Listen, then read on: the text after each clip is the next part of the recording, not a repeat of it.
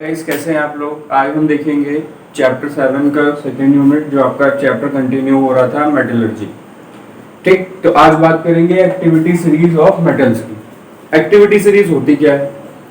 तो हमने electrolysis chapter में बात करी थी रिएक्टिविटी सीरीज की। तो उस सीरीज को जब हम अरेंज करते हैं, उसकी decreasing order of the reactivity of elements, मतलब जो हाइयर रिएक्टिविटी वाले एलिमेंट्स हैं वो ऊपर आएंगे और जो कम होती जाएगी उस हिसाब से मेटल जब अरेंज हो जाते हैं उसे हम बोलते हैं एक्टिविटी सीरीज। ठीक, तो सबसे ज्यादा हाईएस्ट रिएक्टिविटी आपको पता है किसकी होती है? एल्कली मेटल्स की होती है, यानी ग्रुप 1 की। ठीक, तो अब इसकी प्रॉपर्टीज क्या होती हैं? प्रॉपर्टीज की बात कर लेते हैं।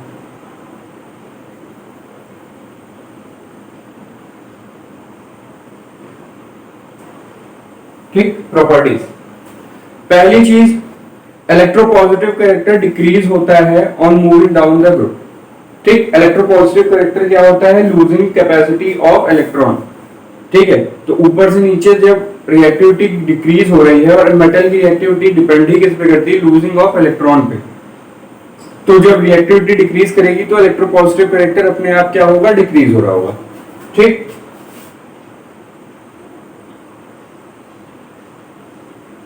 Electropositive character decreases.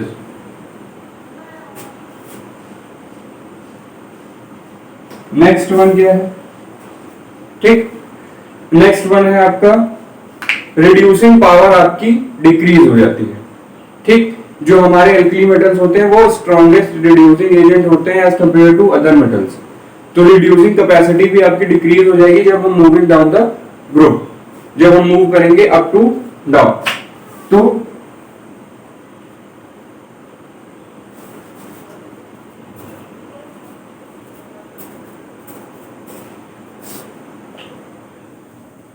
ठीक, नेक्स्ट अब क्या होगा? टेंडेंसी ऑफ इलेक्ट्रॉन लूज करने की या गेटिंग ऑक्सीडाइज होने की कैपेसिटी भी क्या हो जाएगी? कम हो जाएगी।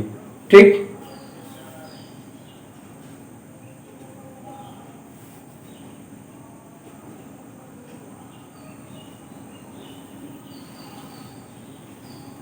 ये सारी बातें कब हो रही हैं? जब हम अप टू डाउन मूव कर रहे हैं तब। ऊपर लिख देते हैं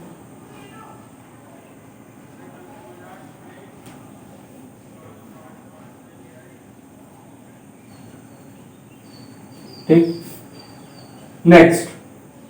नेक्स्ट क्या है? अब जैसे जैसे रिएक्टिविटी डिक्रीज होगी तो उसकी जब वाटर के साथ हम रिएक्शन कराएंगे, तो वाटर के साथ रिएक्शन कराने के बाद हमें हाइड्रोजन गैस नहीं मिल रही होगी। क्यों? उसकी रिएक्टिविटी आपकी कम हो जाएगी।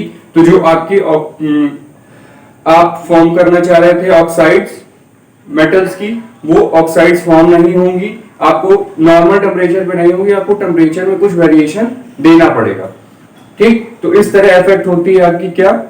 ऑक्सीडाइजिंग या कंबाइनिंग कैपेसिटी विद ऑक्सीजन, यानी ऑक्सीजन ऑक्साइड फॉर्मेशन की बात। तो यहां लिखेंगे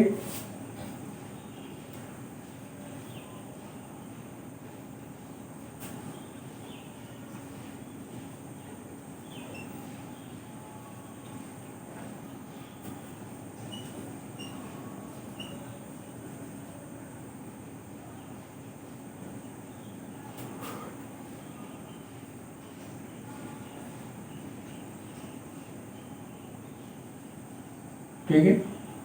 नेक्स्ट वन क्या है? अब जैसे ही हम आते हैं ऊपर से नीचे, तो पहले आपके एल्कली मेटल्स आएंगे, फिर अल्कलाइन अर्थ मेटल्स आएंगे, उसके बाद आपका आता है हाइड्रोजन। हाइड्रोजन के नीचे जिनकी रिएक्टिविटी होती है वो रिएक्टिविटी बहुत ही कम होती है। तो हाइड्रोजन के ऊपर वाले क्या करते हैं? किसी रिएक्शन में अगर आप रिड्यूस कराना चाह रहे हैं और आपके पास ऑक्साइड है किसकी? हाइड्रोजन के नीचे वाले मेटल्स की, और उनके साथ आपने एलिमेंट दे दिया किसको? हाइड्रोजन के ऊपर वाले यानी एल्कलाइन मेटल्स को दे दिया, तो वो क्या कर देते हैं? रिड्यूस कर देते हैं। ठीक, यानी डिस्प्लेस कर देंगे लो रिएक्टिविटी वाले एलिमेंट्स को। ठीक, तो ये प्रॉपर्टी तो सेम है आपकी किससे? रिएक्टिविटी सीरीज से। अब लास्ट है आपकी oxides of higher metals can not be reduce easily. अब होता क्या है कि आपके जो एल्कलाइन अर्थ मेटल्स होते हैं वो आपके ऑक्साइड्स फॉर्म में पाए जाते हैं। अब उनको रिड्यूस करना इतना इजी नहीं होता। क्यों नहीं होता? क्योंकि आप उसमें हीट प्रोवाइड करेंगे तो तब भी वो क्या करेंगे, टूटेंगे नहीं। उसके लिए डिफरेंट प्रोसेसेस होती हैं जिनके बारे में अभी हम आगे बात करेंगे। अब चलते हैं action of heat on oxides. ठीक, अब एक्शन देखेंगे किसका किसका। पहला है आपका ऑक्साइड्स का।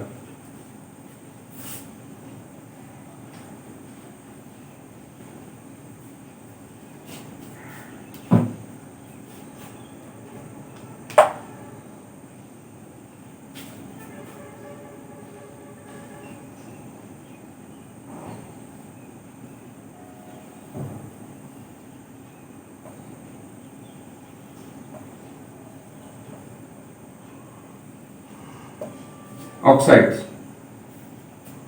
ठीक, ऑक्साइड्स क्या होती हैं? जो आपके हायर मेटल्स होते हैं एक्टिविटी सीरीज में, जैसे आपका हो गया सोडियम, पोटेशियम और कैल्शियम, इनकी ऑक्साइड्स क्या होती हैं? स्टेबल होती हैं। जैसा कि अभी हमने पीछे बात करी थी कि जो आपकी हाईएस्ट रिएक्टिविटी एलिमेंट्स होते हैं उनकी ऑक्साइड्स क्या होती हैं? स्टेबल होती हैं। स्टेबल होंगी तो इन्हें रिड्यूस करना इजी नहीं होगा।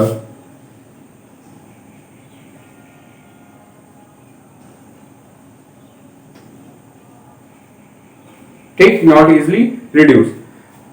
अब रिड्यूस कैसे करेंगे, करना होगा भी तो। रिड्यूस करने के लिए मैंने जैसे बोला डिफरेंट प्रोसेसेस लेते हैं, तो इसमें आपका आता है इलेक्ट्रोलिसिस। ठीक, तो इनकी जब ऑक्साइड आप रिड्यूस करना चाहेंगे तो आपको इलेक्ट्रोलिसिस प्रोसेस परफॉर्म करनी पड़ेगी। उसके बाद आता है अगर जिंक, तो जिंक को कैसे रिड्यूस करते हैं?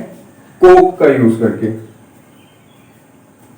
ठीक, उसके बाद जो आपके बचे हुए एलिमेंट्स हुए जैसे आयरन, लेड एक्सेट्रा, ये क्या होते हैं? हीट देते ही ये आपके क्या हो जाते हैं? रिड्यूस हो जाते हैं।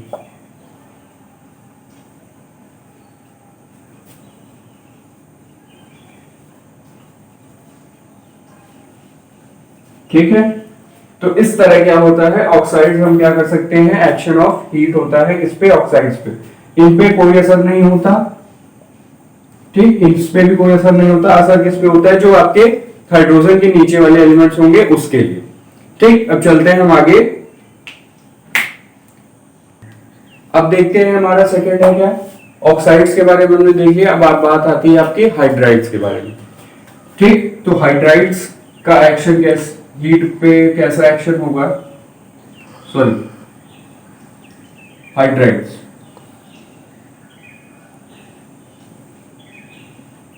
ठीक है, हाइड्राइड्स। अब क्या होगा, फिर वही बात आ गई जो आपके टॉप एलिमेंट्स होंगे एक्टिविटी सीरीज की, जैसे सोडियम, पोटेशियम और कौन सा था आपका? कैल्शियम। इनके जो हाइड्राइड्स होते हैं ये क्या होते हैं? स्टेबल होते हैं। ठीक, किसके लिए? हीट के लिए। लेकिन अगर इनका हम रिएक्शन करा दें किससे? वाटर से। ठीक, जब इनके साथ इनका रिएक्शन कराते हैं वाटर से, तो ये क्या फॉर्म कर देते हैं? आपके एल्कलीज फॉर्म कर देते हैं। ठीक है, तो जब आप इसमें हीट देंगे तो इन पे कोई असर नहीं पड़ेगा, लेकिन जब आप इनकी रिएक्शन किससे करा देंगे? एल्कलीज से, सॉरी वाटर से करा देंगे, तो ये क्या फॉर्म कर देंगे? एल्कलीज फॉर्म कर देंगे। अब उसके बाद जो आपके एलिमेंट आते हैं जैसे मैग्नीशियम, एल्यूमिनियम, तो ये क्या होते हैं? इनको हीट देने पे ये सिंपली क्या हो जाते हैं? ऑक्साइड्स के फॉर्म में टूट जाते हैं। जैसे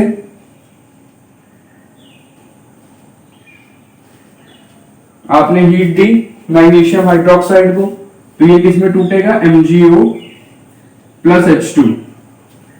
ठीक, तो आपकी हाइड्रोजन गैस क्या हो रही होगी? इवॉल्व हो रही होगी, हाइड्रोजन गैस इवॉल्व होगी। अब आपकी आती है नेक्स्ट वन, जैसे आपके आगे जिंक, लेड, कॉपर। इनकी जब रिएक्शन, इनको जब आप हीट प्रोवाइड करेंगे इनके हाइड्रोक्साइड को, इनके हाइड्रोक्साइड को जब आप हीट प्रोवाइड करेंगे तो ये सिंपली क्या हो जाते हैं, ऑक्साइड में और वाटर में ब्रेक हो जाते हैं। ठीक है, तो कुल मिला के बात ये हो रही है कि जो आपके टॉप एलिमेंट्स हैं उन पे हीट का कोई असर नहीं पड़ रहा है, चाहे उनके ऑक्साइड की बात करें चाहे हाइड्रोक्साइड, ठीक, या फिर चाहे उनके हाइड्राइड की बात करें, कोई असर नहीं पड़ रहा। अब देखते हैं कार्बोनेट में असर पड़ता है कि नहीं। ठीक, तो थर्ड पॉइंट है आपका कार्बोनेट्स।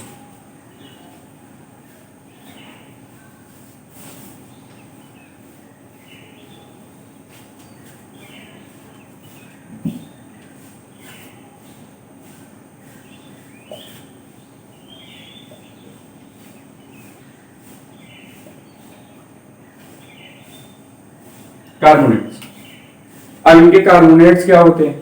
पहली चीज higher metal potassium and sodium, इनके कार्बोनेट्स क्या होते हैं? बहुत ज्यादा स्टेबल होते हैं। किसके लिए? हीट के लिए। तो आप इसमें जितनी भी हीट प्रोवाइड करेंगे ये क्या होंगे? स्टेबल होंगे, ऑक्साइड के फॉर्म में नहीं टूटेंगे,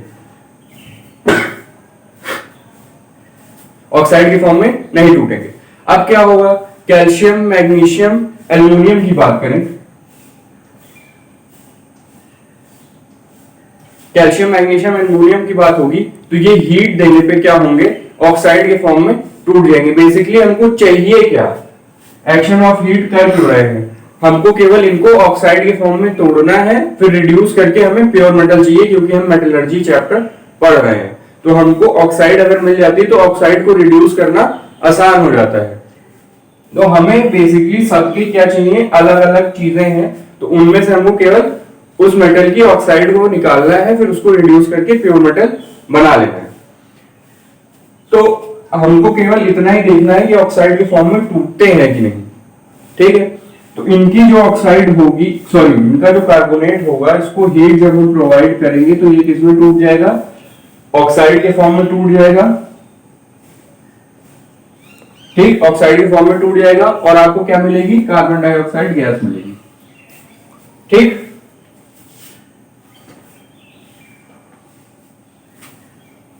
ऐसा ही इन तीनों केस में होगा। अब जो लास्ट वाले आते हैं, जैसे Fe हो गया, ठीक, Fe हो गया या कॉपर हो गया, इन दोनों केस में क्या होता है? ये भी आपकी इजीली यानी कम टेम्परेचर पे ही आपके ब्रेक डाउन हो जाते हैं।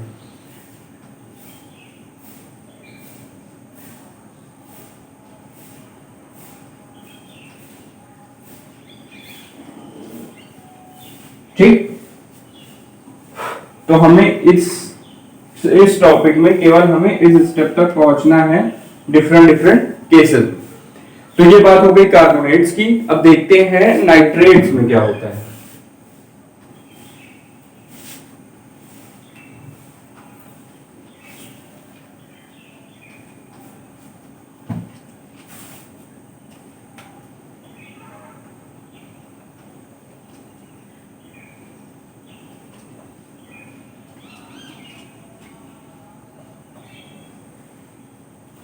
ठीक, अब नाइट्रेट्स में क्या होगा?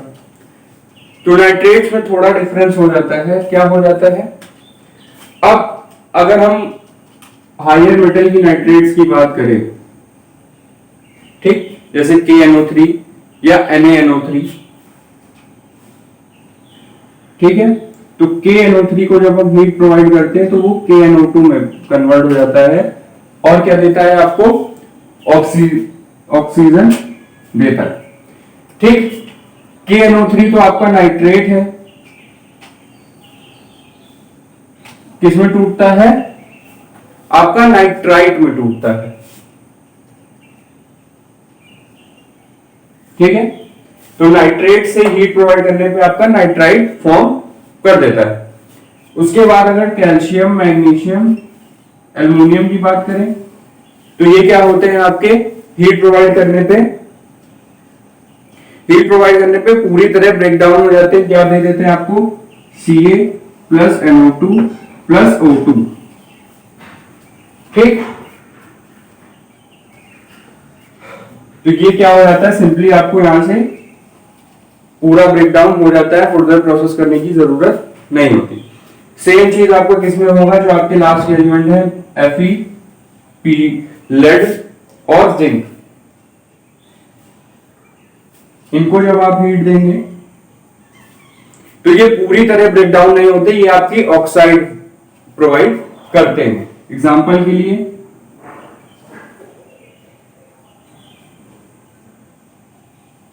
PbNO3 का वोल्ट राइस अगर लेते हैं तो ये आपका किसमें ब्रेकडाउन होगा, PbO में, प्लस क्या देगा आपको, NO2 प्लस O2।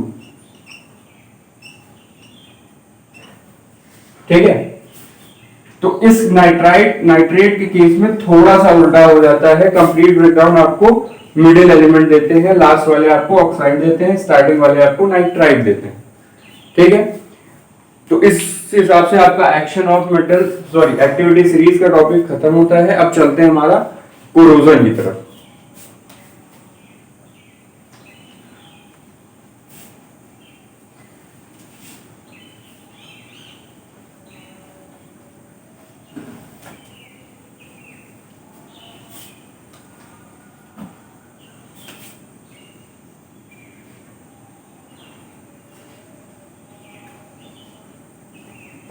कोरोजन, अब कोरोजन होता क्या है,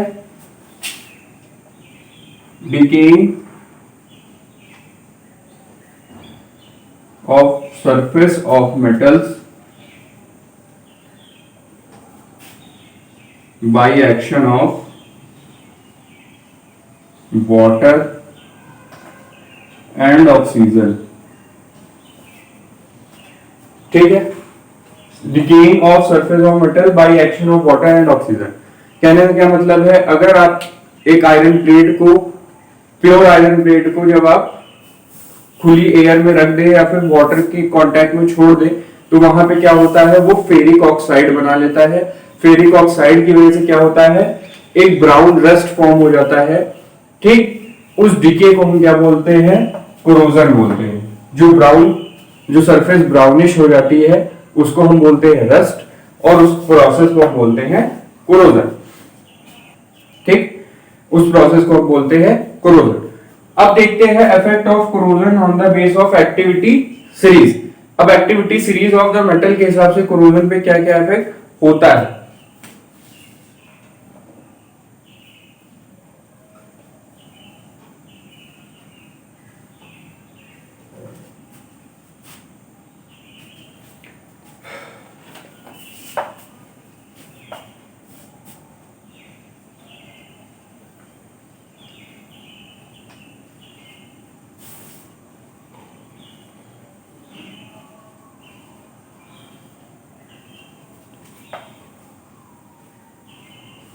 ठीक, इसमें आता है पहला आपका एल्कीन मेटल्स।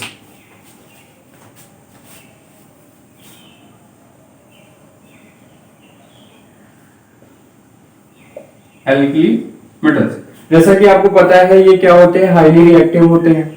ये क्या करेंगे, अगर आप इसको फ्री स्टेट में एनवायरमेंट में रख देंगे तो ये तुरंत ही रैपिडली क्या करेंगे, ऑक्साइड फॉर्म कर लेंगे। ठीक,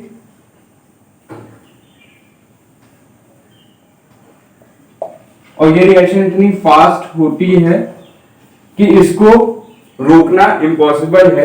इसलिए इस हाईएस्ट रिएक्टिविटी एलिमेंट्स यानी एल्कीन मेटल्स को हम किस में रखते हैं, केरोसिन या किसी लिक्विड में डिप करके। लिक्विड मतलब वाटर के अलावा। ठीक, ज्यादातर हम केरोसिन में स्टोर करके रखते हैं जिसमें इसकी रिएक्टिविटी 0 हो जाती है। ठीक, ये ऑक्साइड नहीं फॉर्म होने पाता, ये प्योर फॉर्म में माना जाता है। ठीक, अब इसी में एल्युमिनियम और मैग्नीशियम क्या करते हैं, व्हाइट कलर्ड ऑक्साइड फॉर्म करते हैं। ठीक, जैसे आयरन के केस में क्या होता है, ब्राउन कलर्ड ऑक्साइड फॉर्म होती है, यहां पे क्या होता है आपका व्हाइट कलर ऑक्साइड फॉर्म होती है। आयरन में क्या होता है, आयरन आपका ऑक्साइड तो फॉर्म करता ही है लेकिन उसके साथ आपका हाइड्रेटेड फॉर्म में भी रहता है। ठीक, उसके डॉट में H2O लगा होता है। H2O मतलब वो क्या होता है, वाटर के साथ भी रिएक्शन परफॉर्म कर रहा होता है, तब आपको क्या मिलता है, ब्राउन कलर्ड ऑक्साइड।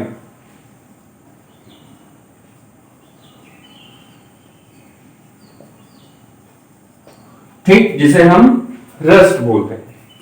अब चलते हैं आगे, देखते हैं। अब देखते हैं आगे क्या है। आयरन तक की बात हो गई थी, अब चलते हैं कॉपर पे। ठीक, कॉपर के साथ क्या होता है, ग्रीन कलर्ड ऑक्साइड आपको मिलती है।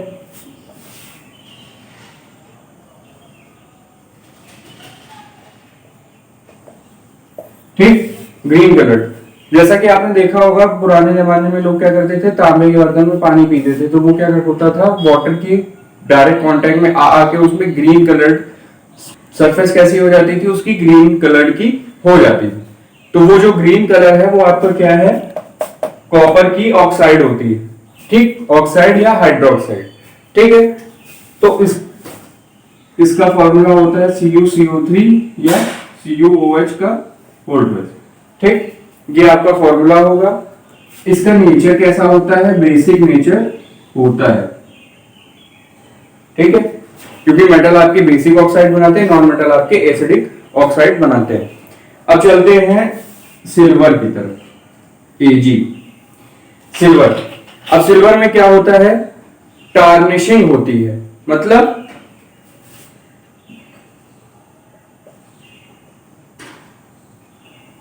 क्या होता है, सरफेस ब्लैक पड़ने लगती है, ज्यादा कांटेक्ट में एनवायरनमेंट या ऑक्सीजन या वाटर के कांटेक्ट में आ रखे। ठीक, ये क्या फॉर्म करती है, Ag2S। ठीक, जो किस कलर की होती है, ब्लैक कलर की। ठीक है, ब्लैक कलर की। अब बात करते हैं कुछ नोबल मेटल्स की, जैसे आपका हो गया गोल्ड। अब गोल्ड क्या होता है, ये आपका नोबल मेटल में आता है। ये क्या होता है, आपका ऑक्साइड नहीं बनाता, यानी कोरोड नहीं होता। ठीक, तो ये बात हो गई आपकी किसकी, कोरोजन की, on the basis of activity series. अब चलते हैं फैक्टर्स कौन कौन से फेवरेबल होते हैं कोरोजन के लिए।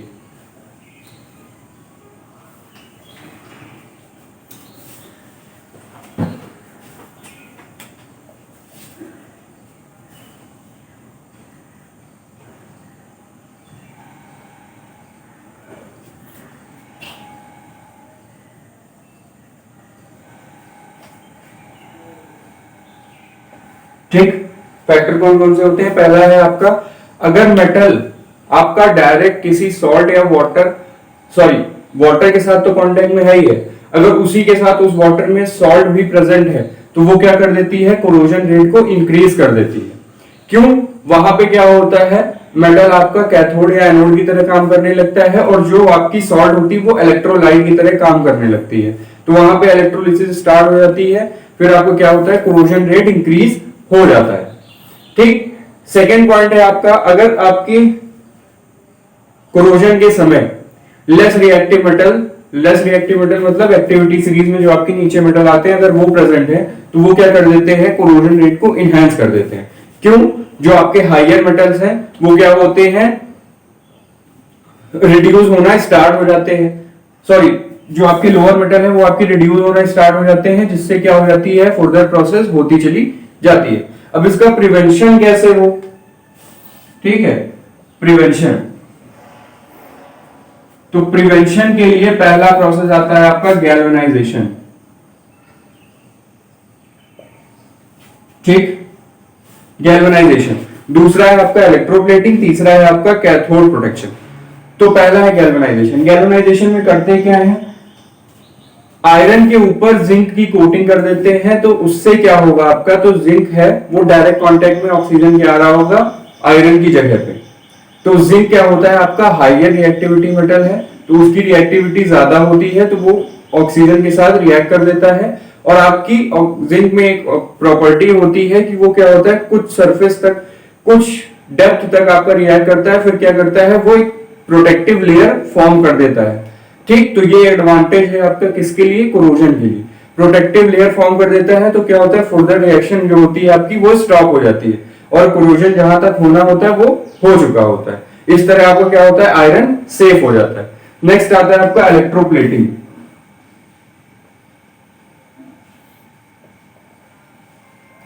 अब गैल्वेनाइजेशन में क्या था, केवल जिंक की कोटिंग कर रहे थे। अब इसमें क्या होगा, जो भी आप मेटल ले रहे हैं आयरन के अलावा, उससे हायर रिएक्टिविटी एलिमेंट के साथ उसकी क्या कर देते हैं, प्लेटिंग फॉर्म कर देते हैं।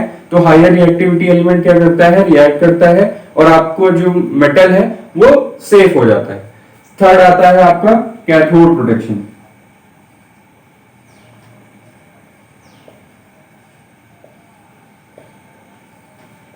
इसमें क्या होता है, जो मेटल होता है हम अपना एनोड पे लेते हैं और कैथोड पे हम वो एलिमेंट लगाते हैं जो हाईयर रिएक्टिव है। वो क्या होता है, रिड्यूस होके क्या होता है, एनोड पे आके एक प्रोटेक्टिव लेयर फॉर्म कर देता है। ठीक, तो कैथोड रिड्यूस होके एनोड पे आके प्रोटेक्टिव लेयर फॉर्म कर देता है, फिर हम उस एलिमेंट को निकाल लेते हैं। इससे क्या होता है, फिर आपका एलिमेंट बच गया और हाई रिएक्टिव एलिमेंट क्या होगा, एनवायरमेंट से रिएक्शन करेगा। एडवांटेज की बात करें कोरोजन में, तो एडवांटेज आपके दो ही है, एक एल्युमिनियम एक जिंक। ये दोनों क्या होते हैं, ऑक्सीजन की टच में आके प्रोटेक्टिव लेयर फॉर्म कर देते हैं, जिससे आपकी फर्दर जो कोरोजन प्रोसेस है वो रुक जाती है। और वो प्रोटेक्टिव लेयर इतनी स्ट्रांग होती है कि आगे कई सालों तक आपकी क्या होती है, कोरोजन स्टॉप रहती है। ठीक है, तो ये थी आपकी एडवांटेजेस। अब आते हैं एक्सट्रैक्शन ऑफ मेटल्स में।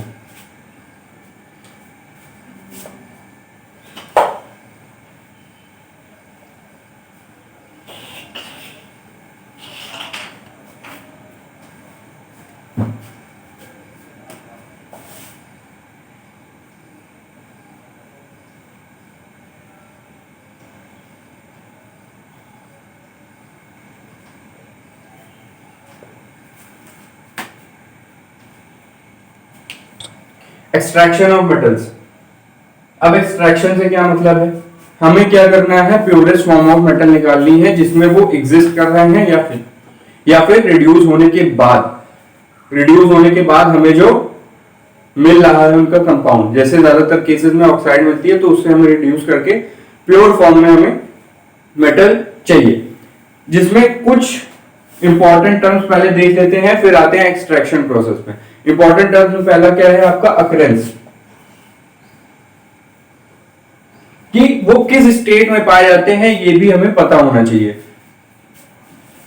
ठीक, तो आपके जो रिएक्टिव मेटल्स हैं, ठीक, रिएक्टिव मेटल्स वो किस में पाए जाते हैं, कंबाइंड स्टेट में।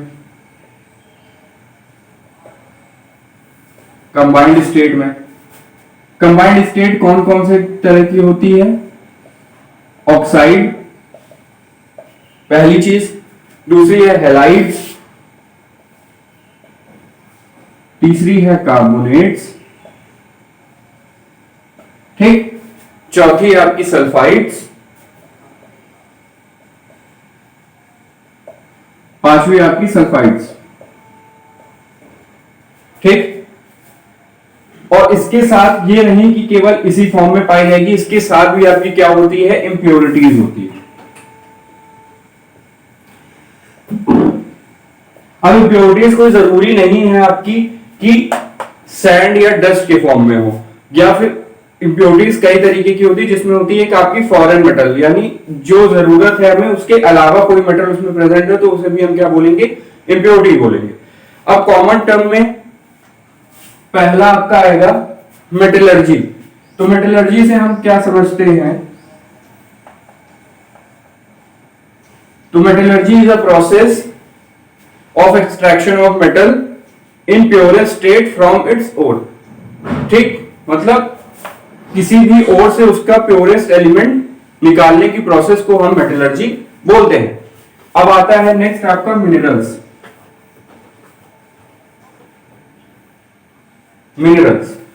अब मिनरल्स क्या होता है, ये आपके naturally occurring compound in this the metal mixed with other metals. मतलब जिस स्टेट में नेचुरली आपके एलिमेंट्स अकर कर रहे हैं, उनके साथ जो इंप्योरिटीज हैं, ठीक, मैटर्स हैं या डिफरेंट मेटल्स की ऑक्साइड्स हैं, उसे हम क्या बोलेंगे, मिनरल्स। तो बेसिकली मिनरल्स क्या हुए, आपके मिक्सचर हुए, ठीक। Minerals is the mixture of different elements and their occurring compounds. अब तीसरा है आपका गैंग, ठीक, जिसे हम बोलते हैं मैट्रिक्स, ठीक। या गैंग बोले या मैट्रिक्स बोले, बात वही है। अब गैंग क्या है, अर्थ इंप्योरिटीज SiO2 प्रेजेंस इन ओर, ठीक। गैंग में क्या होती है, जब गैंग मिनरल्स में आपकी SiO2 की भी प्रेजेंस हो, यानी सिलिका की प्रेजेंस हो, उसे हम बोलेंगे मैट्रिक्स, ठीक। केवल यही होती है आपकी मैट्रिक्स। अब इंपॉर्टेंट आता है, इतनी देर से और कर रहे थे, और होता क्या है,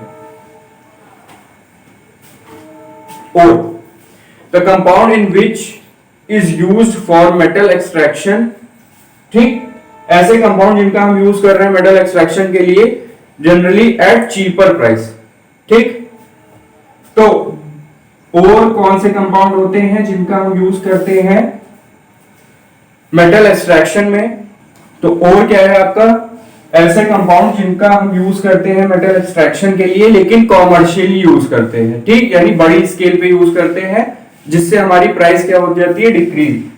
तो और क्या हो गया, compound which is used for metal extraction commercially at cheaper price, ठीक। अब और में क्या है, ये तो है नहीं कि केवल आपका वो कंपाउंड प्रेजेंट होगा, डिफरेंट इंप्योरिटीज होती है जो हम डिफरेंट स्टेप्स में क्या करते हैं, निकालते जाते हैं, आखिरी में भी हमें क्या करना पड़ता है, रिफाइनिंग करनी पड़ती है, जिससे जो बची हुई इंप्योरिटीज हैं वो भी क्या हो जाए, रिमूव हो जाए और हमें प्योरेस्ट फॉर्म ऑफ मेटल मिले। तो ये आपका हो गया और। अब चलते हैं हमारा किस तरफ, एक्सट्रैक्शन ऑफ मेटल की प्रोसेस पे, ठीक है।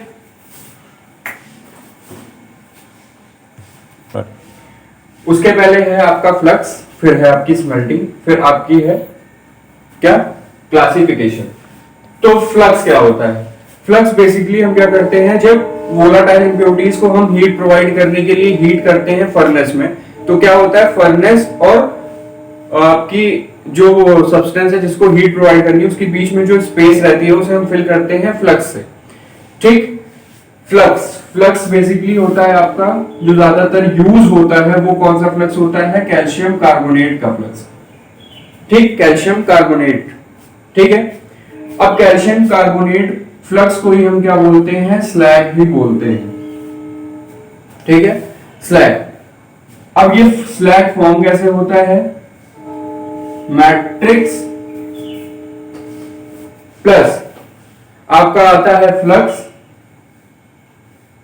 जो आपको देता है slag,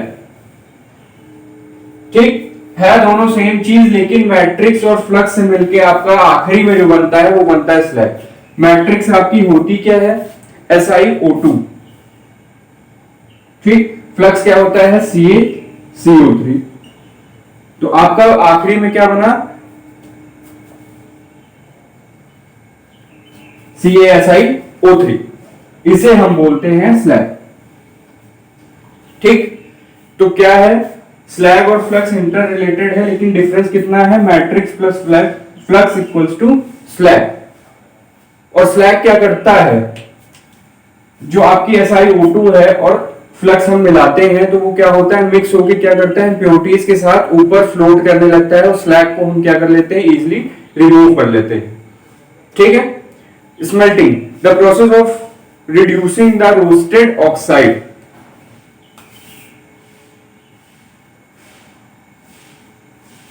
smelting, process of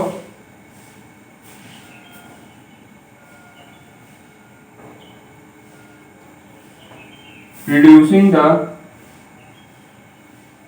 roasted oxide। Roasted oxide का क्या मतलब है, जब हम मेटल को इतना हीट कर लें कि उसमें वाटर की प्रेजेंस जो भी हो वो जीरो हो जाए, और तब जो आपकी ऑक्साइड बन रही होगी उसे हम बोलेंगे रोस्टेड ऑक्साइड। अब वो ऑक्साइड क्या होती है, जनरली सरफेस पे क्या हो जाती है, कूल डाउन होने के बाद इकट्ठा हो जाती है, तो उसको हम कैसे रिमूव करेंगे, स्मेल्टिंग से, ठीक। अब चलते हैं हमारे क्लासिफिकेशन की तरफ। ओर से नीचे तक आएंगे कि कौन सी प्रोसेस होती है डिफरेंट टाइप्स ऑफ मेटल्स के लिए। ठीक, तो पहला आता है ओर। ओर होता क्या है?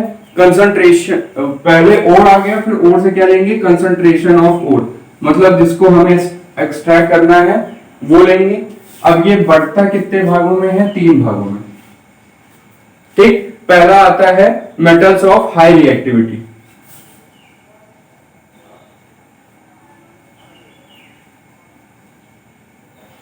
मेटल्स ऑफ हाई रिएक्टिविटी, इनको कैसे रिमूव करते हैं? इलेक्ट्रोलिसिस ऑफ मोल्टेन ओर।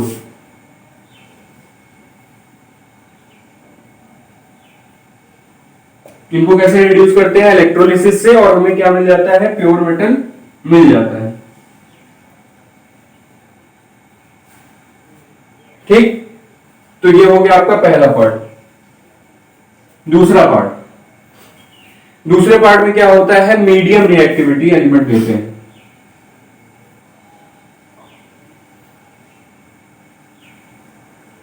ठीक, मीडियम रिएक्टिविटी लेंगे। इनको हम 2 पार्ट में तोड़ते हैं। पहला होता है कार्बोनेट, दूसरा होता है सिलिकेट। ठीक है,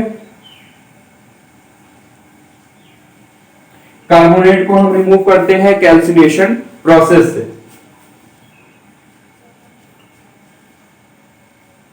कैल्सिनेशन से, ठीक। और सल्फाइड ओर को हम कैसे प्योरीफाई करते हैं? रोस्टिंग से। ठीक, उसके बाद क्या होता है? हमें ऑक्साइड मिल जाती है। ठीक, ऑक्साइड मिलने के बाद क्या करते हैं? रिड्यूस करते हैं, फिर हमें प्योर मेटल मिल जाता है। रिड्यूस करते हैं, फिर क्या होता है? हमें प्योर मेटल मिल जाता है। अब लो रिएक्टिविटी के लिए क्या करेंगे?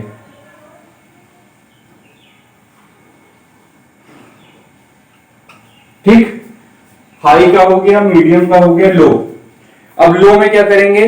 लो में जनरली प्रेजेंस होती है किसकी? सल्फाइड ओर की। ठीक, सल्फाइड ओर की। इसको हम क्या करते हैं? रोस्टिंग करते हैं। ठीक, तो ये वाली प्रोसेस हो जाती है। रोस्टिंग के बाद आपको ऑक्साइड के बाद रिड्यूस के बाद आपको, हाँ, इसमें एक स्टेप बढ़ता है आपका रिफाइनिंग का। ठीक, जब आप क्या कर लेंगे? रिड्यूस कर लेंगे, तब भी आपको रिफाइनिंग करनी पड़ेगी। कुछ इंप्योरिटीज ऐसी होती हैं जो उसमें मिक्स रहती हैं, तो वो क्या होती है? वोलाटाइल नेचर की। तो उसे हम क्या करते हैं? हीट करते हैं, तो वो वोलाटाइल क्या हो जाती है? एनवायरमेंट में एस्केप कर जाती है और हमें प्योर मेटल मिल जाता है। अब एक ये फ्लो चार्ट आपको दिमाग में रखना है। एक और फ्लो चार्ट बता दे रहे हैं जिससे आपको याद करने में आसानी हो जाएगी। ठीक,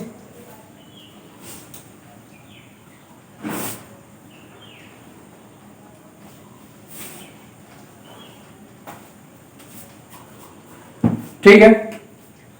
स्टार्टिंग कहां से होती है रिफाइनिंग की? ओर से होती है। ठीक, ओर को हम क्या करते हैं? ओर आपकी क्या होते हैं? सॉलिड फॉर्म में होते हैं। उसे हम क्या करते हैं? क्रश और ग्राइंड करते हैं। Crushing and grinding. ठीक है, उसके बाद क्या होगा? उसके बाद आपका होता है कंसंट्रेशन। ठीक, यानी इम्प्योरिटीज हटाने की स्टार्टिंग होती है। इसमें कौन कौन से प्रोसेस होते हैं? पहला होता है आपका ग्रेविटी सेपरेशन।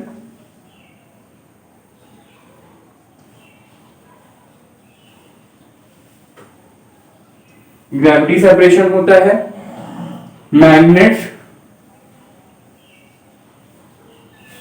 ठीक, मैग्नेटिक सेपरेशन होता है।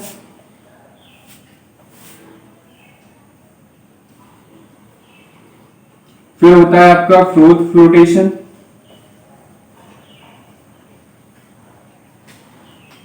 और लास्ट होता है आपका लीचिंग।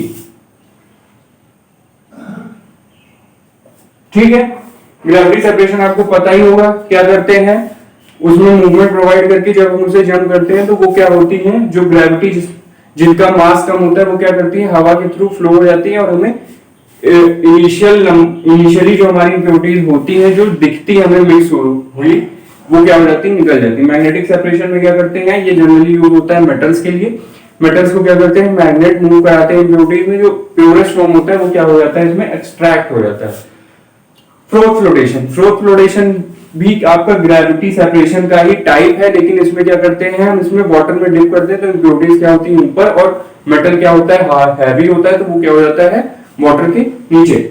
अब लीचिंग, लीचिंग क्या होती है, आप लीचिंग प्रोसेस में करते हैं कि इसको हम मिक्स कर देते हैं, जो भी आपका ओर होता है उसको हम मिक्स कर देते हैं उसके सुटेबल रिएजेंट में। रिएजेंट का नेचर कैसा होगा, एसिड या बेस, जिससे क्या हो जाएगा, आपका प्योर मेटल जो होगा वो सॉल्युबल हो जाएगा उस एसिड या बेस में, जो और आपकी इंप्योरिटीज होंगी वो इनसॉल्युबल होंगी। फिर हम क्या कर लेते हैं, डिस्टिलेशन प्रोसेस कर लेते हैं, जिससे हमें क्या मिल जाता है, इंप्योरिटीज नीचे हो जाती है और वो आपका मिक्सचर जो होता है प्योर मेटल के साथ वो क्या रहता है ऊपर। ठीक है। कंसंट्रेशन के बाद, कंसंट्रेशन के बाद आता है आपका roasting and calcination.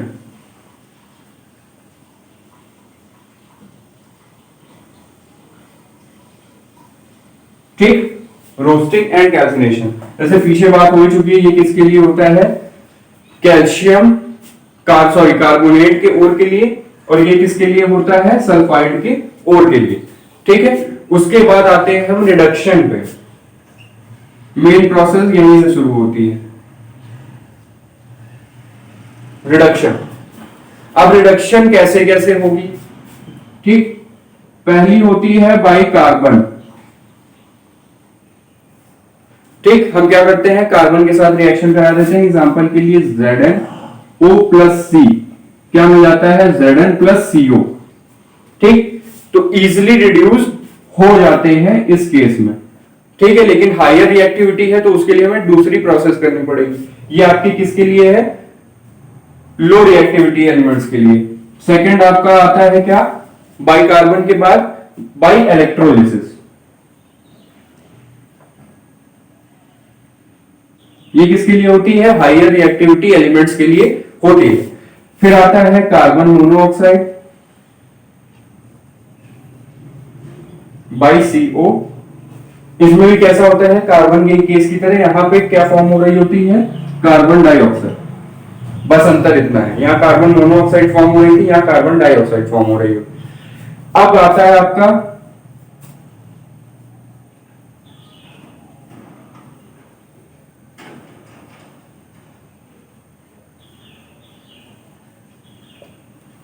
By aluminium thermic process. इसमें क्या होते हैं, हीट तो प्रोवाइड करते हैं लेकिन किसकी प्रेजेंस में, एल्युमिनियम की प्रेजेंस में। और एल्युमिनियम क्या है, स्ट्रॉन्ग रिड्यूसिंग एजेंट है, जिसकी वजह से क्या हो जाता है, जो उसमें ऑक्साइड प्रेजेंट है वो क्या होती है, एल्युमिनियम के साथ मिलकर एल्युमिनियम ऑक्साइड बना देती है और प्योर मेटल क्या होता है, एक्सट्रैक्ट होता है। लेकिन इस केस में कंडीशन क्या है,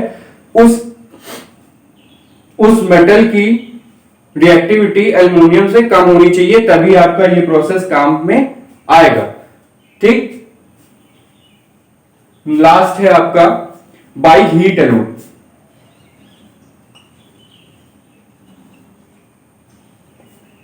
ये कब काम आता है, जब आपका एलिमेंट जो है आपका लीस्ट रिएक्टिव है। इसमें क्या करते हैं, सीधा हीट प्रोवाइड कर देते हैं, सीधा हीट प्रोवाइड करने के बाद क्या होता है, वो ऑक्साइड एस्केप कर देता है और प्योर मेटल आपको मिल जाता है। इसके बाद आता है आपका रिफाइनिंग। ठीक, रिफाइनिंग वाली प्रोसेस आप लोग स्टार्टिंग में ही पढ़ चुके हैं, केवल नाम लिख दे रहा हूं यहां पे। डिस्टिलेशन बहुत बार पढ़ा होगा। फिर आता है आपका लिक्विफिकेशन, फिर आपका आएगा ऑक्सीडेशन,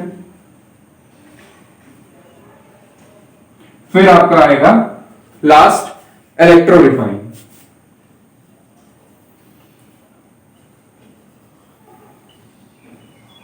ठीक, इन सब टर्म से आप पहले ही फैमिलियर हैं, क्या होता है सबको पता है।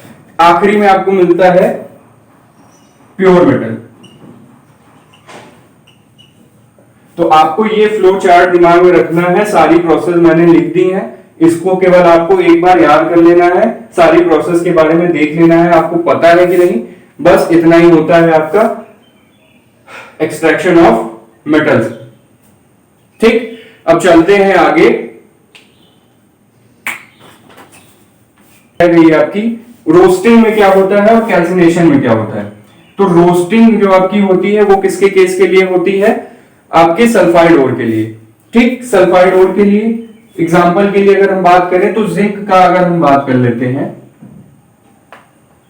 ठीक, जिंक के केस में क्या होता है ZnO प्लस O2। ठीक, ZnO प्लस O2, तो आपको हीट करने के बाद क्या मिलेगा, ZnS प्लस O2, तो आपको क्या मिलेगा ZnO और SO2। ठीक, तो रोस्टिंग में क्या होता है कि जिंक या सल्फाइड ओर जो भी है, यहां पे आपका सल्फाइड ओर दिया हुआ है, Zn भी है और S भी है, मतलब आपका ये सल्फाइड ओर से एक्सट्रैक्टेड है जिसमें जिंक की प्रेजेंस है। अब हम आपको क्या करना है, जिंक को निकालना है, तो क्या करेंगे, ऑक्साइड की प्रेजेंस में इसको हीट करेंगे, हीट करने के बाद आपको ऑक्साइड मिलेगी, ऑक्साइड के बाद आप कहां आ जाएंगे, यहां रिडक्शन में। अब जिस प्रोसेस से रिडक्शन हो रहा होगा वहां, फिर उसके बाद आपकी रिफाइनिंग, फिर प्योर मेटल। कैल्सिनेशन में आपका होता है जब आपका कार्बोनेट ओर, जैसे एग्जांपल ZnCO3, इसको आप डायरेक्ट हीट करेंगे तो आपको क्या मिलेगा,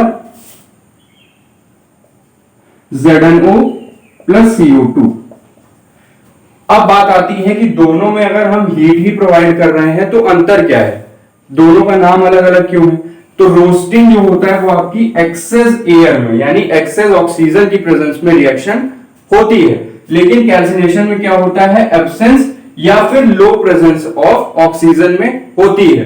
ज्यादातर अभी क्वेश्चन आपका बोर्ड में बन सकता है कि कैल्सिनेशन और रोस्टिंग में डिफरेंस क्या है, तो डिफरेंस यही है कि रोस्टिंग में एक्सेस ऑक्सीजन है, कैल्सिनेशन में लेस और एब्सेंस ऑफ ऑक्सीजन की प्रेजेंस में रिएक्शन होती है।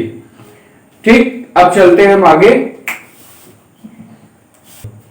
अब हम बात करेंगे एक्सट्रैक्शन ऑफ एल्युमिनियम की, जो आपका डिटेल में दिया है। केवल एल्युमिनियम की बात क्यों कर रहे हैं, क्योंकि आजकल ज्यादातर एल्युमिनियम का ही यूज हो रहा है, और एल्युमिनियम का यूज कब हो रहा है, प्योरेस्ट फॉर्म में नहीं हो रहा है, उसके डिफरेंट कंपाउंड्स या फिर उसके एलॉयज बना के होता है, तो लेकिन उसके लिए हमें क्या चाहिए, प्योरेस्ट फॉर्म चाहिए। अब बात करते हैं एक्सट्रैक्शन ऑफ एल्युमिनियम की।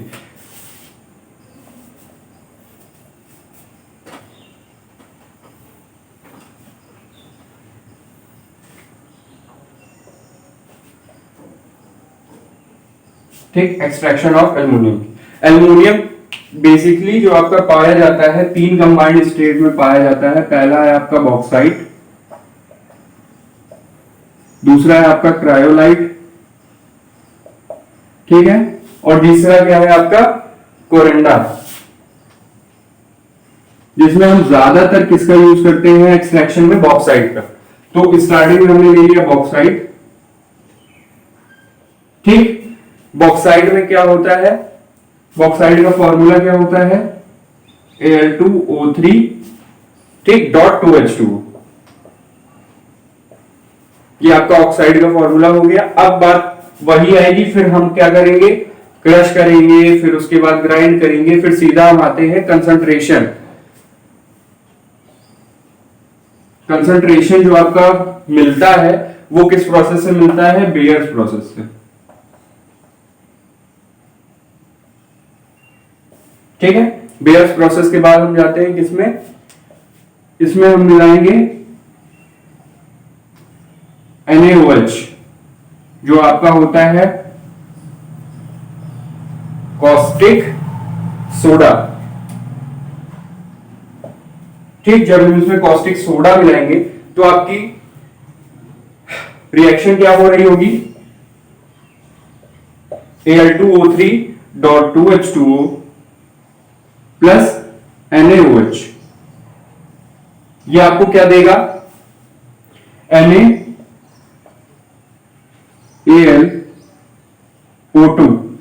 सोडियम एल्यूमिनियम ऑक्साइड, प्लस आपको क्या मिलेगा, H2H2O।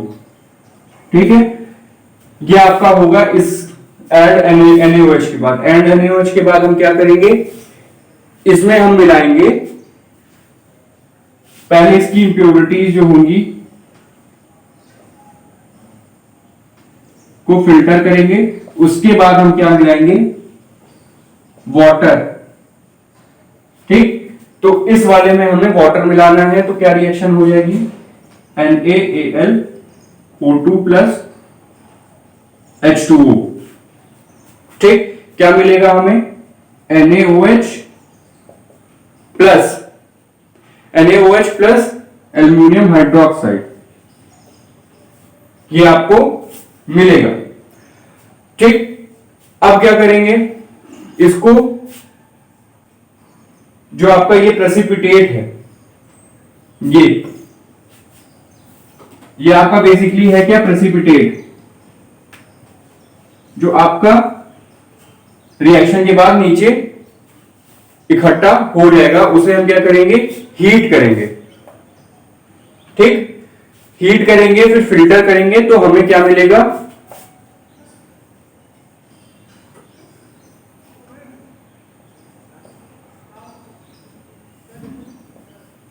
हीट करेंगे तो हमें क्या मिलता है, Al2O3।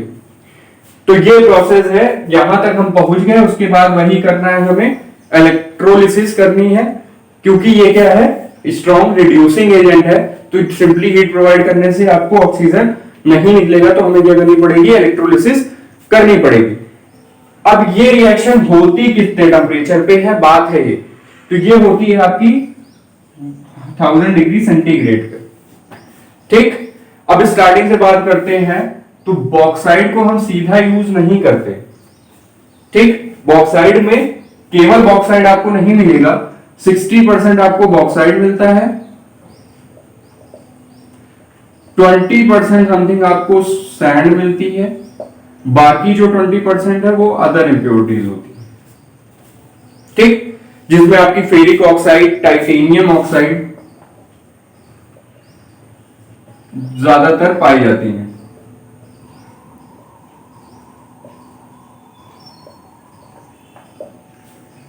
ठीक, अब इसमें हम करते क्या है, ये आपका जो कंसंट्रेशन है, इसमें हम क्या करते हैं, इसको हीट प्रोवाइड करते हैं 140 टू 160 सेंटीग्रेड। तो इससे क्या होता है, आपकी जो वोलाटाइल इंप्योरिटीज है वो निकल जाती है और आपको कंसंट्रेशन मिलता है। उसके बाद हीट प्रोवाइड करने के बाद हम क्या कर देते हैं, 2 से 8 घंटे उतने ही टेम्परेचर पे मेंटेन रहने देते हैं कि जो बची कुची इंप्योरिटीज हो वोलाटाइल, जो ना निकल पाई हो, वो भी निकल जाए। उसके बाद हम इस फ्लो चार्ट को फॉलो करते हैं, आखिरी में हमें प्योर मेटल मिलता है। ठीक है, अब इसको हम रिड्यूस करेंगे किससे, इलेक्ट्रोलिसिस प्रोसेस से। अब इलेक्ट्रोलिसिस ऐसा तो है नहीं कि आपको आसान पड़ेगा इस केस के लिए। क्यों, इसमें क्या प्रॉब्लम आती है, पहली चीज जो होती है वो आपका मोल्टेन एल्यूमिना लेते हैं, यानी कि ये आपका एल्यूमिना है। ठीक, मोल्टेन एल्यूमिना लेते हैं और एल्यूमिनियम लेते हैं। अब दिक्कत क्या है कि इसका मोल्टेन टेम्परेचर कितना है, 2050 डिग्री सेंटीग्रेड। ठीक, इतना टेम्परेचर इसको मोल्टेन बनाएगा, लेकिन फिर क्या होगा, इलेक्ट्रोलिसिस आप परफॉर्म कर रहे होंगे, तो जो आपको एल्यूमिनियम मिल रहा होगा वो क्या हो जाएगा, वेपराइज हो जाएगा। ठीक है, वेपराइज हो जाएगा। तो अब इस प्रॉब्लम को कैसे सॉर्ट आउट किया जाए, क्योंकि इलेक्ट्रोलिसिस तो हम परफॉर्म करेंगे, ऑक्सीजन निकल जाएगा, लेकिन इतने टेम्परेचर पे क्या होता है, एल्यूमिनियम क्या हो जाता है, वेपराइज स्टेट में आ जाता है, एस्केप होने लगता है। तो उसका रिजल्ट इन्होंने, इसकी प्रॉब्लम सॉल्व किसने की, आपके साइंटिस्ट हॉल्स ने की। इन्होंने क्या किया,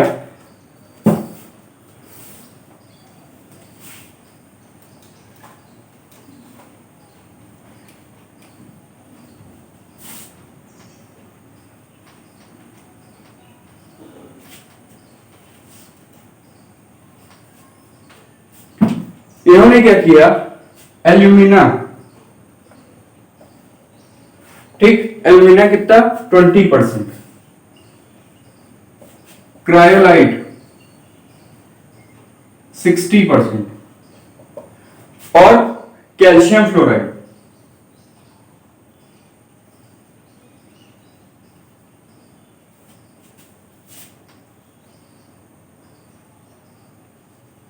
कितना 20%। इनका क्या बनाया, इनको मिला के आपका एक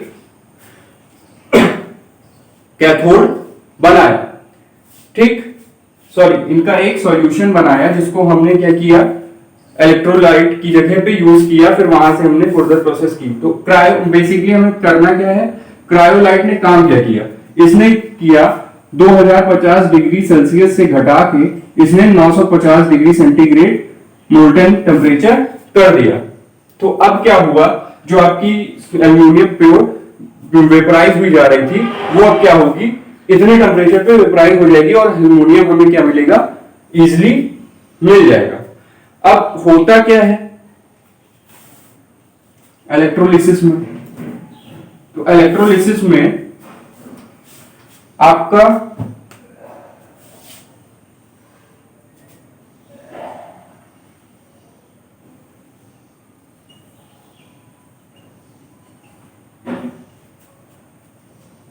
ये आपका मोल्टन एल्यूमिनियम है,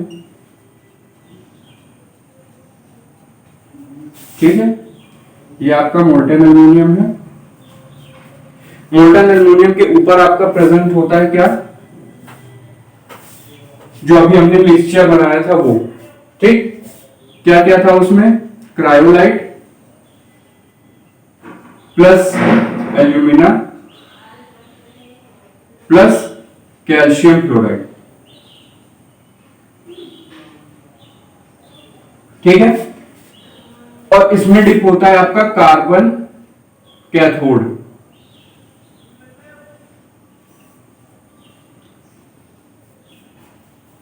जो अटैच होता है आपकी इस सेल से, और ये सेल किस चीज की होती है, आयरन की होती है। तो ये आपका एनोड की तरह काम करता है, ये आपका कार्बन कैथोड हो गया, ठीक, ये आपकी पावर सप्लाई हो गई। अब ऊपर एक लेयर फॉर्म होती है O2 गैस की, ठीक, तो ये पूरी प्रोसेस हुई। अब हो क्या रहा है, स्टार्टिंग से बात करते हैं। तो पहले आपका क्या होता है, एल्युमिनियम रिड्यूस होना शुरू होता है। तो एल्युमिनियम से हमें कौन कौन से आपके आयन मिलेंगे, एल्युमिनियम से तो Al2O3 टूटेगा तो ये बोलेगा आपको Al3 plus O2 die minus, ठीक, ये आपको पहला कैटायन मिलेगा, कैटायन एंड एनायन। फिर नेक्स्ट क्या होगा आपका, क्रायोलाइट टूटेगा। अब क्रायोलाइट का फॉर्मूला क्या होता है, NaAlF6, ठीक, ये क्या होगा, ये टूटेगा तो आपको मिलेगा sodium ion plus fluoride ion plus aluminium ion, ठीक। फिर क्या होगा, आपका कैल्शियम फ्लोराइड भी टूटेगा, CaF, calcium ion plus fluoride ion. तो आपको कैटायन कौन कौन से मिल रहे हैं, एनायन कौन कौन से मिल रहे हैं। कैटायन आपको मिल रहा है एल्युमिनियम, सोडियम, फिर आपको कैल्शियम। अब एक्टिविटी सीरीज के हिसाब से देखें तो एल्युमिनियम स्ट्रॉन्ग रिड्यूसिंग एजेंट है, तो एल्युमिनियम क्या होगा, आपका एनोड पे इकट्ठा होना शुरू हो जाएगा एनोड पे, और यहां से डिस्चार्ज होगा, ठीक। अब बात कर रहे हैं आपकी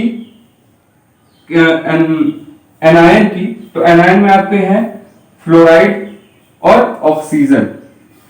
अब रिएक्टिविटी सीरीज के हिसाब से बात करें तो आपका ऑक्सीजन क्या होगा, रिड्यूस होना शुरू होगा, जिसकी ऊपर एक लेयर फॉर्म हो जाएगी, ठीक, ऑक्सीजन की गैस की लेयर फॉर्म हो जाएगी, इस तरह फॉर्म होगी। अब ये है कार्बन का कैथोड। अब कार्बन क्या करेगा, ऑक्सीजन के साथ रिएक्शन करेगा, carbon plus O2 gives carbon monoxide. अब ये कार्बन मोनोऑक्साइड क्या करेगी, ऑक्सीजन की प्रेजेंस में आपको CO2 देगी, ठीक। तो इस तरह आपका क्या होता है, एक्सट्रैक्शन ऑफ एल्युमिनियम होता है इस केस में। ठीक है, अब चलते हैं आगे, आपके लास्ट टॉपिक केमिकल प्रॉपर्टीज। अब क्या होता है, इसमें भी आपको एल्युमिनियम जो मोल्टन स्टेट में मिलती है, उसमें क्या होता है, कुछ इंप्योरिटीज की प्रेजेंस होती है। अगर आपका सल्फाइड ओर था, सल्फाइड ओर रहा होगा तो कुछ प्रेजेंस होगी आपकी सल्फाइड की या फिर कुछ डिफरेंट एलिमेंट्स की।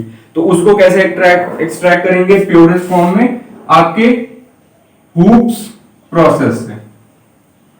हुप्स प्रोसेस, अब हुप्स प्रोसेस में क्या हुआ, फिर से इन्होंने क्या किया, एक वेसल ली, इसमें नीचे क्या किया, नीचे आपको इंप्योर मेटल मिलेगा, वही इंप्योर जो आपने अभी एक्सट्रैक्ट किया था मोल्टन स्टेट में, वो उसके ऊपर क्या होगा, सोडियम प्योर एल्युमिनियम की लेयर होगी, और क्या होगा आपका बेरियम की लेयर होगी। ठीक, यहां पे आपके इलेक्ट्रोड्स लगे होंगे। अब होगा क्या, यहां से ये डिस्चार्ज होना शुरू होगा, हमें एनोड से कुछ, एनोड पे डिस्चार्ज होना शुरू होगा, कैथोड से हमें कुछ लेना देना नहीं है इस प्रोसेस में। इसमें क्या होगा, पहले क्या होगा, सोडियम होगा, फिर आपका एल्युमिनियम होगा, फिर होगा क्या, यहां से जब यहां पे एल्युमिनियम का कंसंट्रेशन घटेगा तो नीचे से जो प्योर एल्युमिनियम है वो क्या होगा, एक्सट्रैक्ट होना शुरू होगा। तो यहां पे आपको क्या होगा, प्योर एल्युमिनियम मिलना स्टार्ट हो जाएगा। ये प्रोसेस है आपकी। ठीक, क्यों प्योर एल्युमिनियम लिया, पहले हमें कुछ डिस्चार्ज देना पड़ेगा तब जाके उसमें डिस्चार्ज शुरू होगा। अगर सीधा हम प्योर में डाल देंगे तो इलेक्ट्रोलिसिस प्रोसेस स्टार्ट नहीं होगी। ठीक, पिछली प्रोसेस में जो आपका कार्बन का कैथोड था वो क्या होगा, आपको बार बार चेंज करना पड़ेगा। क्यों, वो खत्म होता जाएगा कार्बन मोनोऑक्साइड और कार्बन डाइऑक्साइड फॉर्म कर करके, तो आपको एट अ इंटरवल चेंज करना पड़ेगा। अब चलते हैं केमिकल प्रॉपर्टीज की तरफ। और हाँ, इसमें भी आपको 100% नहीं मिलता, 100% प्योर नहीं मिलेगा, लगभग आपको मिलता है 98% समथिंग आपको प्योर एल्युमिनियम मिलेगा। अब लास्ट टॉपिक है आपका chemical properties of aluminium.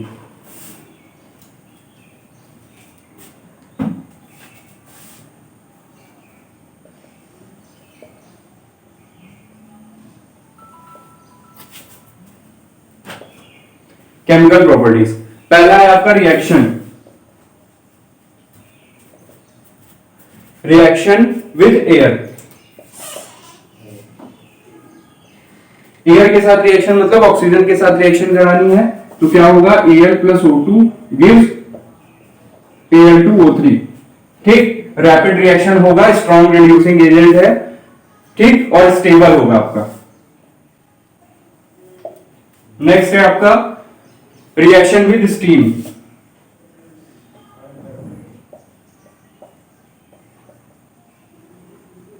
Steam किस लिए, वाटर के साथ आपकी रिएक्शन नहीं हो रही होगी। ठीक, वाटर के साथ आपकी एल्युमिनियम की रिएक्शन नहीं होती है, स्टीम के साथ होगी, यानी हॉट वाटर के साथ। तो हॉट वाटर के साथ आपकी रिएक्शन कैसे होगी, Al प्लस H2O। ठीक, Al plus H2O gives Al2O3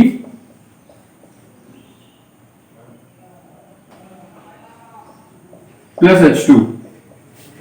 ठीक है, नेक्स्ट है आपका एम्फोटेरिक।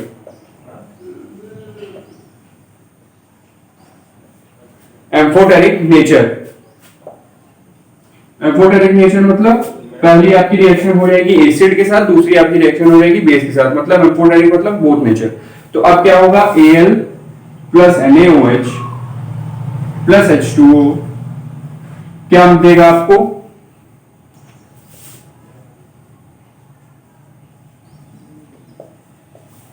ठीक, ये आपकी बेस के साथ रिएक्शन होगी। एसिड के साथ क्या रिएक्शन होगी, Al प्लस HCl, ये आपको सॉल्ट मिलेगा प्लस H2 गैस मिलेगी। ठीक, ये आपका एम्फोटेरिक नेचर हो गया, action on non metal.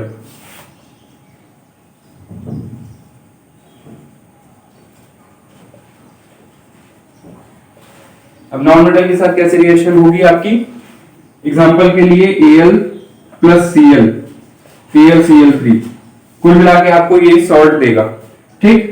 AlCl3 या फिर Al प्लस N2 Aln, ठीक है। अब रिड्यूसिंग एजेंट, लास्ट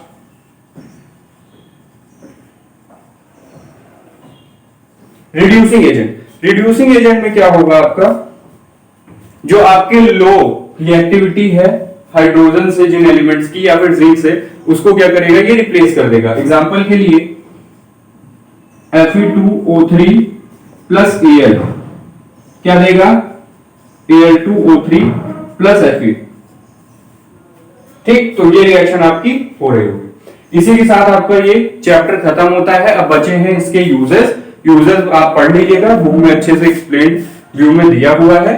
तो आज के लिए इतना ही, अब मिलेंगे नेक्स्ट लेक्चर में। Thank you.